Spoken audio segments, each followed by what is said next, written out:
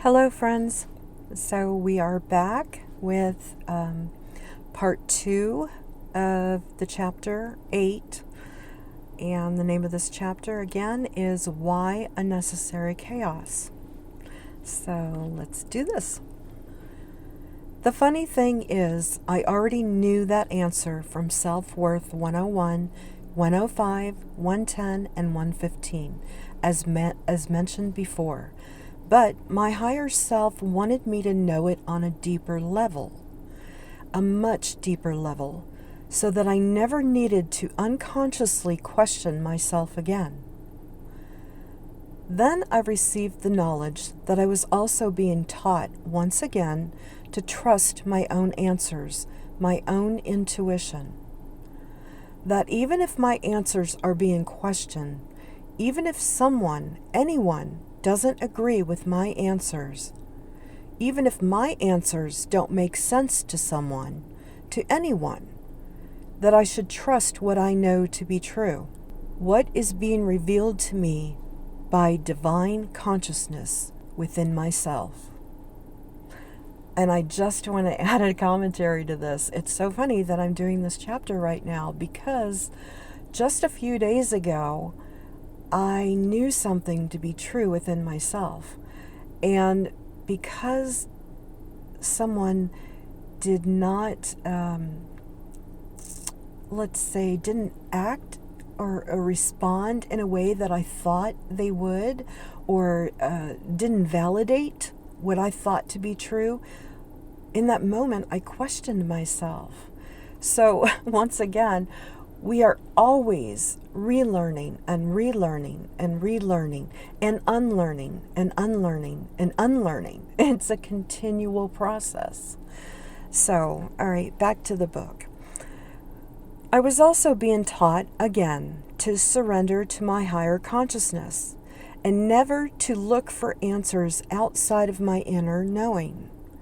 That all the answers I will ever need is always right inside of me, waiting to be discovered as many times as I need to in order for me to fully know it. Really know it. Not just know it because someone told me or because I intellectually or logically figured it out, but because my own soul revealed it to me personally. When you know something on that level of understanding, that's when you can teach it with conviction of the heart and soul. And boy, can I teach that with conviction of the heart and soul today. So, all right, every lesson, every unlearning, every unveiling, every step, walk, and crawl through this process of awakening to your true soul essence is multifaceted. It is never just one lesson, nor is it just one lesson at a time. If you look, you will always find the deeper meanings and multiple lessons within each experience. And you will begin to understand on a very deep level that your awakening process does not end. Ever. Fear not, though, brave soul. It does get easier and more enjoyable. Sometimes. We journey through what would be called sessions or stages of awakening. We go through an experience of an unraveling and unlearning. Then our consciousness leads us into an interval of rest, and we integrate what we learned in that lesson. And then the process of unraveling and unlearning begins again. Sometimes, actually, most of the time, we travel through lessons more than once because there are multiple layers that need to be unraveled and deeper dimensions of understanding that need to be gained. But this process is always for our highest and greatest good, and for the highest and greatest good of the collective consciousness. Here in this dimension on planet Earth, the lessons are vastly different than in any other dimensions. But we are always in a state of evolving, no matter where or how we exist. Even in dream states, we are evolving. I haven't received confirmation of my theory of this one experimented belief I have yet, and I'm not sure if I will in this lifetime, but I personally believe that when we dream, we are traveling to parallel dimensions and experiencing ourselves in different life scenarios, very often with people who are in our life now, but may be in a different position in our life, such as a parent or a friend, maybe a sister or a child in a parallel dimension. I do know for certain that other dimensions, parallel dimensions, exist, as I've traveled to during many times of being completely awake and fully conscious. I've also received divine knowledge of such information. But as far as traveling there in our dreams at night and experiencing ourselves living in multiple lives, in multiple dimensions simultaneously, the jury is still out on that. So, back to the beginning. Why unnecessary chaos? As stated in the first paragraph of this chapter, chaos brings about change. Not just any change, but change of great proportions. In the previous chapters of this book, we talked about contrast and how there are two different ends of the spectrum. We are always in a state of flux and bouncing between those two ends of the spectrum until we learn how to master all aspects of ourselves, mind, body, and soul. As you notice, I didn't use the word spirit in that combination.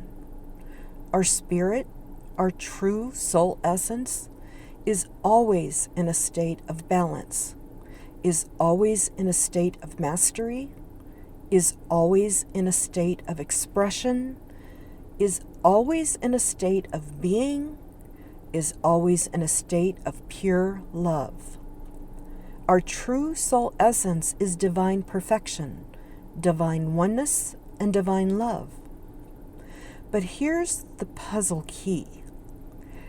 We came to this dimension of earth wrapped in humanness so that we could evolve through the lessons that are available to us on this planet. Part of being human is making mistakes, having human attributes that are positive and not so positive, getting lost in the process sometimes, time and time again, believing others, believing governments, believing illusions, and so on and so on and so on.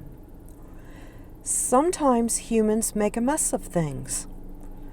Sometimes a large group of humans can make a real mess of things that affect the masses. And sometimes the negative aspect of our own egos can keep us from acknowledging our mistakes, taking responsibility for our mistakes, and correcting our mistakes. And when that happens, there is a negative ripple effect that takes place that can cross through time, space, and dimensions. Everything is multifaceted, and everything is connected. It's also no surprise that the society that we all live in, across all countries, is going deeper and deeper into a state of chaos. A lot of people believe that we are in the end times, according to text from the book of Revelations in the Holy Bible. It would not be unreasonable for some to believe that.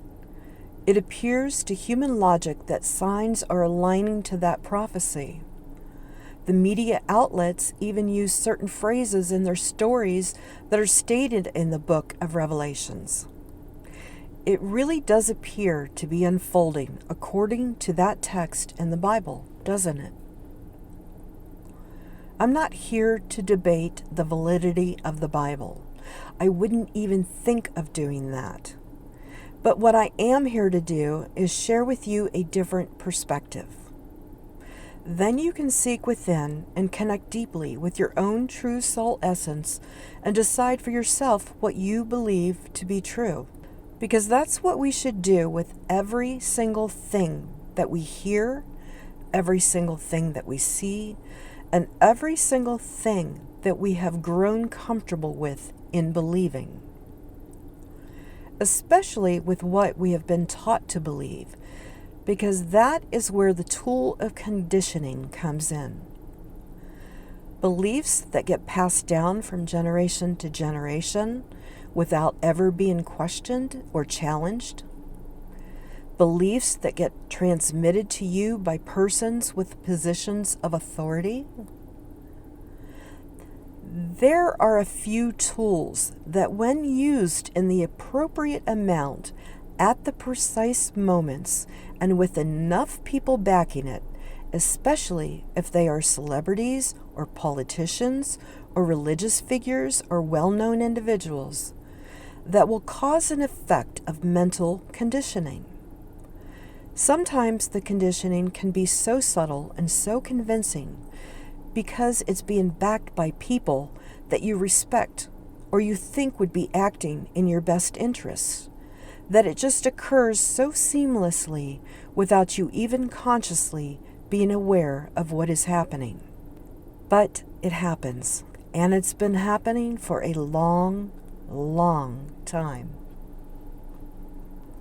And that concludes part 2 of chapter 8, Why Unnecessary Chaos.